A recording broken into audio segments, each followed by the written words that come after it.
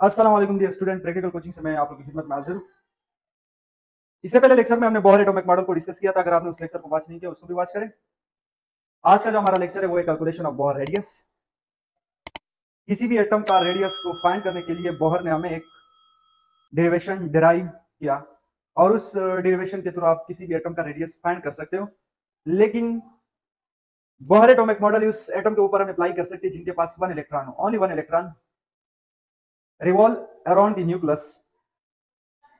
Bohr ने खुद hydrogen atom को एक्सप्लेन किया था और बोहर एटॉमिक मॉडल जो है वो सिर्फ उस एटम को हम उस एटम के ऊपर हम अप्लाई कर सकते हैं जिनके पास 1 इलेक्ट्रॉन। जैसे कि हीलियम हीलियम के पास आपके एग्जांपल हीलियम के पास अगर +2 चार्ज, +2 का मतलब ये कि इसने 2 इलेक्ट्रॉन लूज किए। लूज करने के बाद इस हीलियम एटम के ऊपर में बोहर एटॉमिक मॉडल अप्लाई कर सकते हो, ठीक है। और साथ ही आपके पास दूसरा जो है एग्जांपल लिथियम, ये +3 है। इसने 3 इलेक्ट्रॉन जब लूज किए, लूज करने के बाद इस एटम के ऊपर भी मैं बोहर एटॉमिक मॉडल को अप्लाई कर सकता हूं, ठीक है। यानी बोहर एटॉमिक मॉडल उस एटम के ऊपर हम अप्लाई कर सकते हैं जिसके पास सिर्फ 1 इलेक्ट्रॉन हो और बाकी एटम के ऊपर हम बोहर एटॉमिक मॉडल को अप्लाई नहीं कर सकते। अब सबसे पहले आज का जो आपका टॉपिक है वो है calculation of Bohr radius. Bohr ने जो रेडियस को फाइंड किया था। अच्छा, आज जो आपका टॉपिक है वो है calculation of Bohr radius. Bohr ने किसी भी एटम का रेडियस जो है वो कैसे फाइंड किया, लेकिन बाकी एटम का नहीं, जिसके पास सिर्फ ओनली 1 इलेक्ट्रॉन हो उसका रेडियस आप बोहर एटॉमिक मॉडल या बोहर रेडियस के थ्रू उसका रेडियस मालूम कर सकते हैं। एग्जांपल,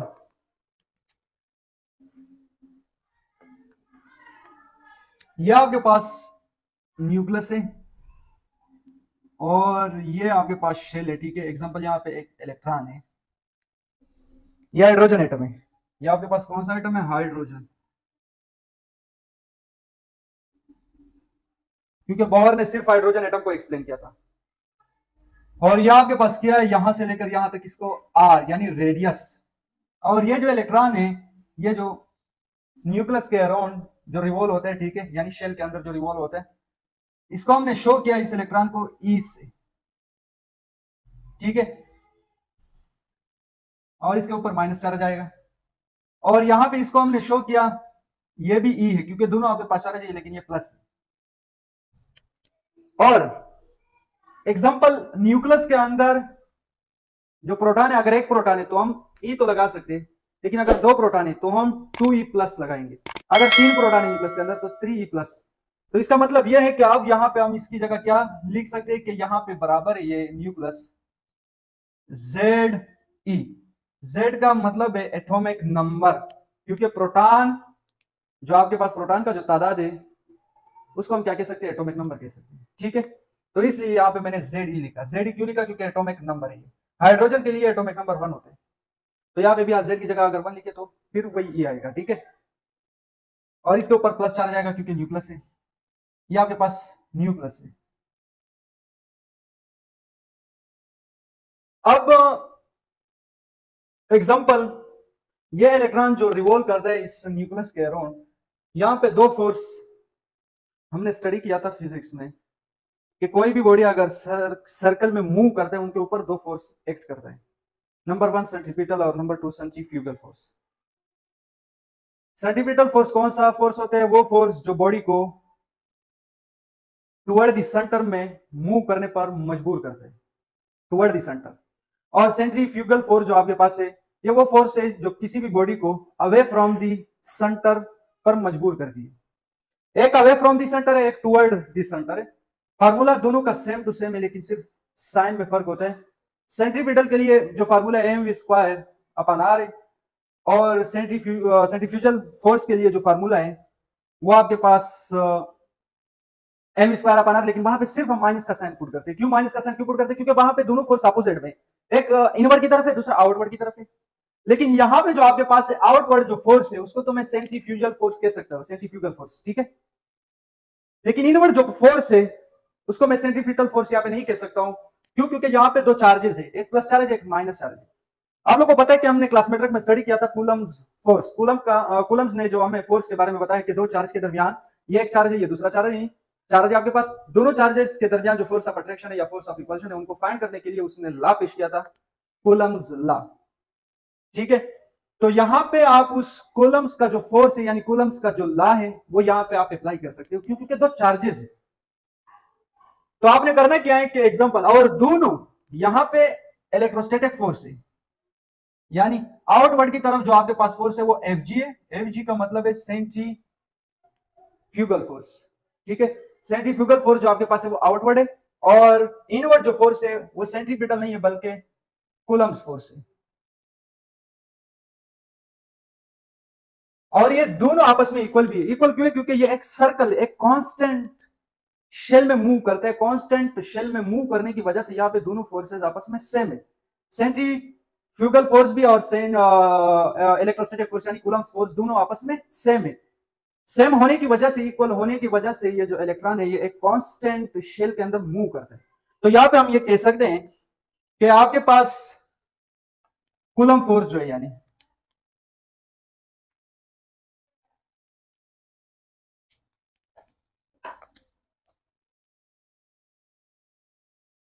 कूलम फोर्स बराबर है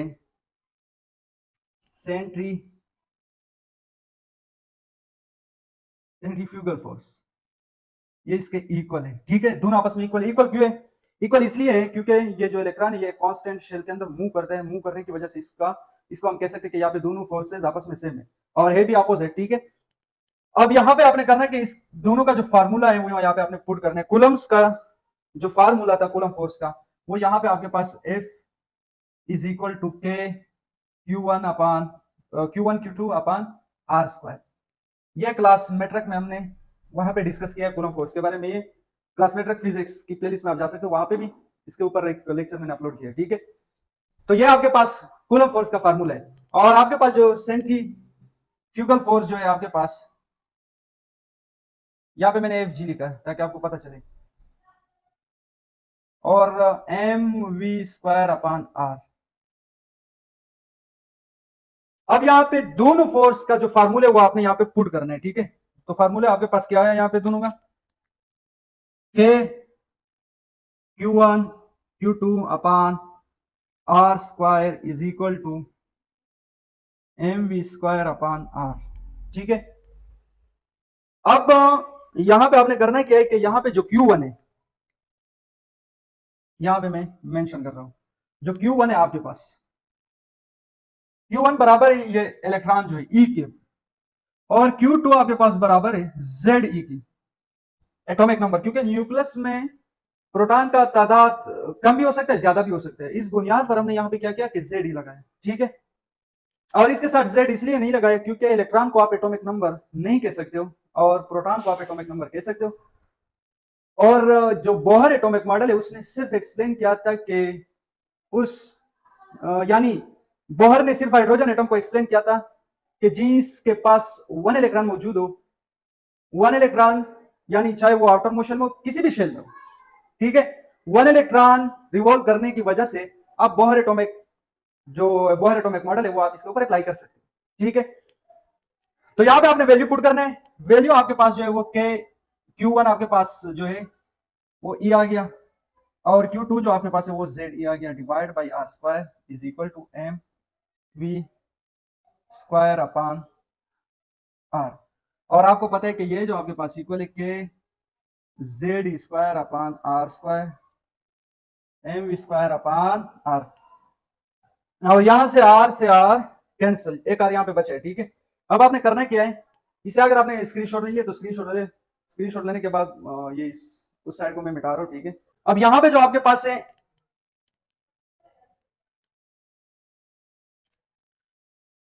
के जेड ई स्क्वायर अपान, जापान में आर है यहाँ पे। ठीक है, और इस साइड पे एम वी स्क्वायर है, क्योंकि आर से आर कैंसिल हुआ था। यहाँ पे आपको नजर आ रहा है, यहाँ पे आर स्क्वायर था, आर स्क्वायर और यहाँ पे आर था, तो आर से एक आर कैंसिल, एक आर यहाँ पे इस साइड पे बचा। मुझे रेडियस चाहिए। ठीक है, क्योंकि ऊपर क्या लिखा हुआ है, कैलकुलेशन ऑफ बोहर रेडियस। तो आपने करना क्या है, यहाँ पे आर इस साइड पे डिवाइड में, उस साइड में मल्टीप्लाई में जाएगा, K Z E square upon M V square is equal to R, और आपने आर लिखना है इसको K Z E square upon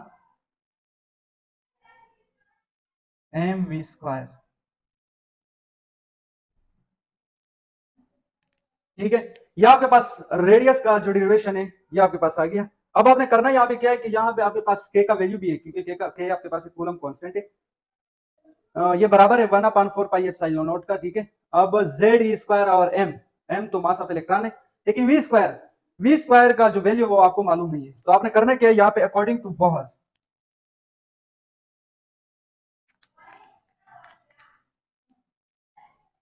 according to Bohr theory, Bohr theory के मुताबिक आपके पास बराबर है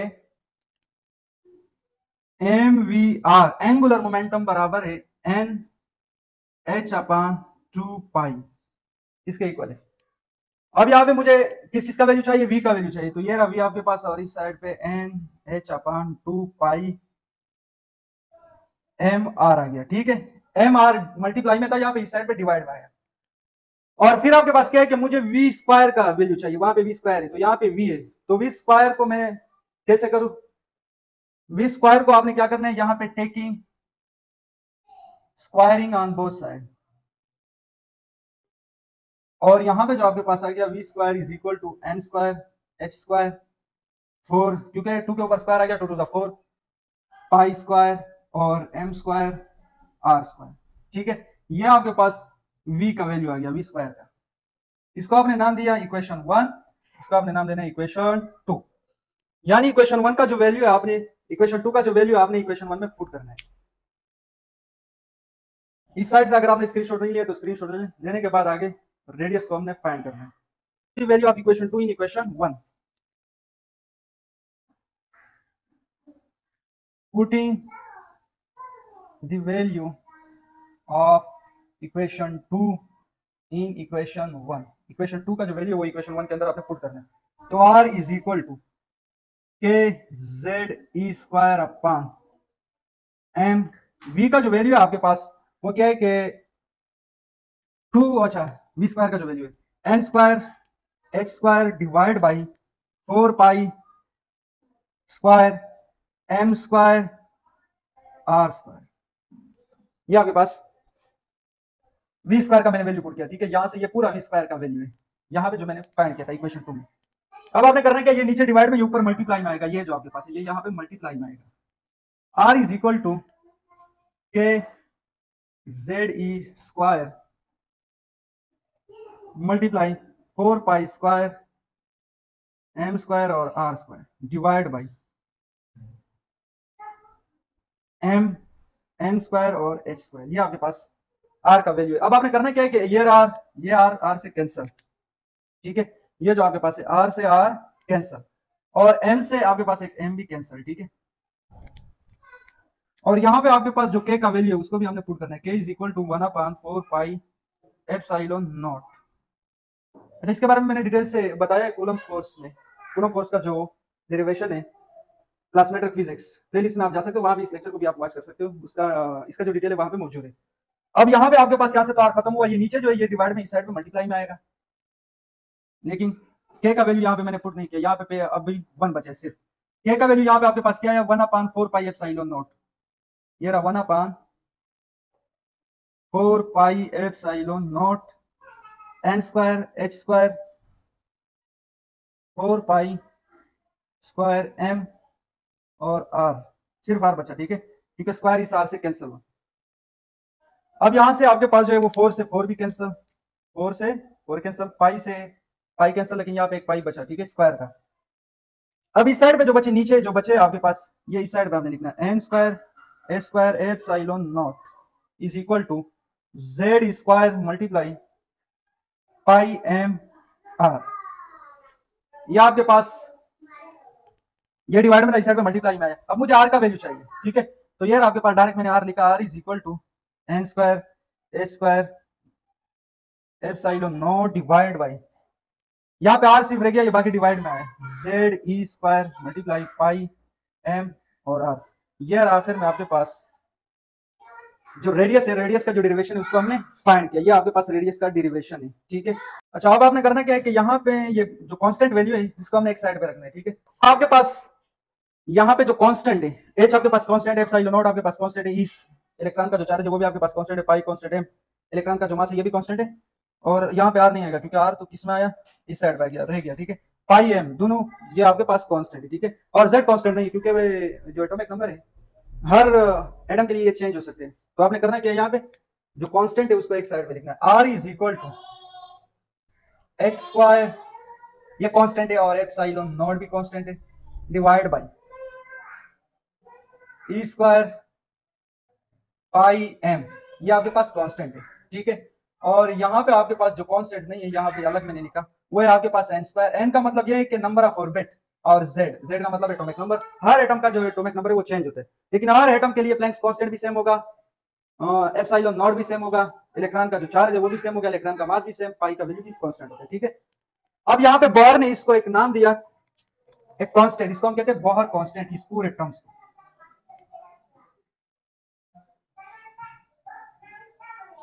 एंगस्ट्रॉम बराबर है, यहाँ पे एंगस्ट्रॉम बराबर है square E square divide by E square multiply pi M.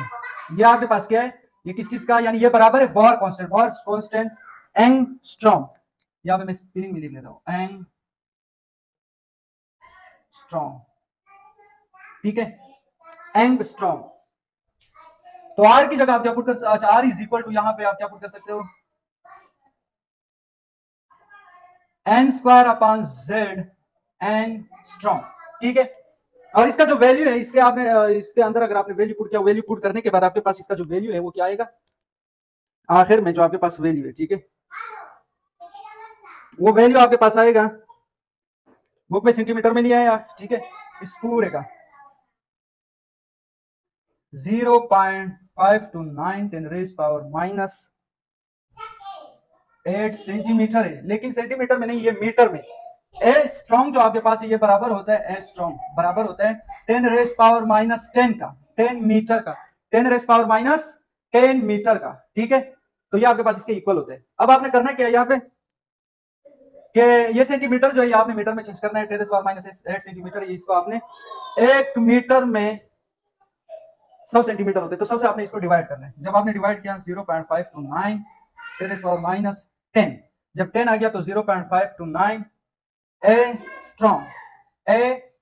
Strong आपके पास आ गया एंगस्ट्रॉम, यानी इसकी जगह मैंने एंगस्ट्रॉम ये पुट कर दिया, ठीक है। अब अगर हाइड्रोजन का रेडियस मालूम करना है तो R is equal to number of orbit जो है हाइड्रोजन में वो एक है 1 और इसका 1, और आपने रेडियस यहाँ पे क्या पुट करना है 0, ये डायरेक्ट ये वैल्यू आपने पुट करना है, ठीक है। तो 0.529 एंगस्ट्रॉम, तो 1 1 मल्टीप्लाई हुआ, यानी हाइड्रोजन का जो रेडियस है वो 529 एंगस्ट्रॉम आ गया, ठीक है। ये हाइड्रोजन का रेडियस, क्योंकि एटॉमिक नंबर भी बने और नंबर ऑफ ऑर्बिट भी बने, अगर मैं स्क्वायर भी ले लूं तो ये आएगा, ठीक है। ये था आपके पास कैलकुलेशन ऑफ बोहर रेडियस, ठीक है।